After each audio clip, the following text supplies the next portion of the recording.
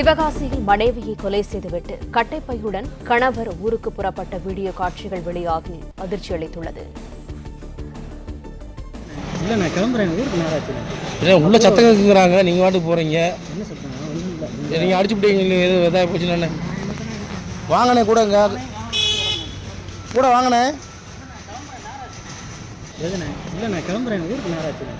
உள்ள சத்தம் கேட்குறாங்க, நீங்க வாட்டுக்கு போறீங்க. நீங்க அடிச்சுட்டீங்க, எதாவது போச்சுன்னு வாங்கினே கூட கூட வாங்கினே உள்ள சத்தம் கேட்குறாங்க, நீங்க வாட்டுக்கு போறீங்க. நீங்க அடிச்சுட்டீங்க, எதாவது போச்சுன்னு வாங்கினே கூட கூட வாங்கினே. சிவகாசியில் மனைவியை கொலை செய்துவிட்டு கட்டைப்பையுடன் கணவர் ஊருக்கு புறப்பட்ட வீடியோ காட்சிகள் வெளியாகி அதிர்ச்சியை ஏற்படுத்தியுள்ளது. சிவகாசி முருகன் காலனியைச் சேர்ந்த திருமலைக்குமார் தனது மனைவியை கத்தியால் குத்தி கொலை செய்ததாக தகவல் வெளியாகியுள்ளது. மனைவி திருமணத்தை மீறிய உறவில் இருந்ததாக ஏற்பட்ட சந்தேகத்தில் கணவன் திருமலைக்குமார் கொலை செய்ததாக தகவல் வெளியாகியுள்ளது.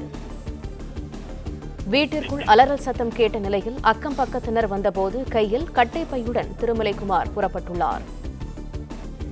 கூடுதல் தகவல்களை எமது செய்தியாளர் மணிவண்ணன் வழங்க கேட்கலாம். மணிவண்ணன், வணக்கம். விவரங்கள் என்ன? வணக்கம். அதாவது விருதுநகர் மாவட்டம் சிவகாசி முருகன் காலனியில் வசிப்பவர் திருமலைக்குமார். இவர் கோவையில் உள்ள அச்சகத்தில் பணிபுரிந்து வருகிறார். இவரது மனைவி ராஜலட்சுமி, இவர்களுக்கு 8 வயதில் தன்சியா என்ற குழந்தை உள்ளது. இந்நிலையில் ராஜலட்சுமி வேறொருடன் திருமணம் மீறிய உறவு இருந்து வந்ததாக கூறப்படுகிறது. இதனிடையே வெளியூரில் வேலை பார்க்கும் திருமலைக்குமார் அவ்வப்போது சிவகாசிக்கு வந்து செல்வதாராம்.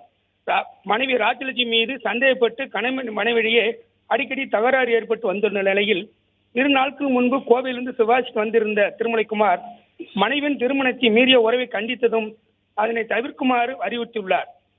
ஆனால் இருவரும் கடுமையான தகராறு ஏற்பட்டுள்ளது.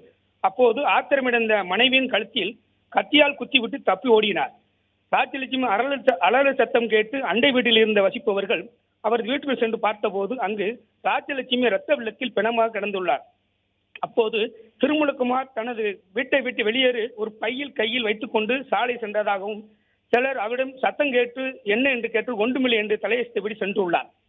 பின்னர் இந்த காட்சியின் பகுதியில் வைத்து சிசிடிவி காட்சி கேமரா பதிவாளரை வைத்து தவிழ்ந்த போலீசார் சம்பவத்துக்கு விரைந்து வந்து ராஜலட்சுமியின் சடலத்தை கைப்பற்றி உடல்கூறு ஆய்வுக்காக விருதுநகர் அரசு மருத்துவமனைக்கு அனுப்பி வைத்தனர். பின்னர் விருதுநகரிலிருந்து வரவழைக்கப்பட்ட கைரேகை நிருபர்கள் ரேகையை பதிவு செய்த நிலையில் மோப்ப நாய் மூலமாக போலீசார் விசாரணை மேற்கொண்டனர்.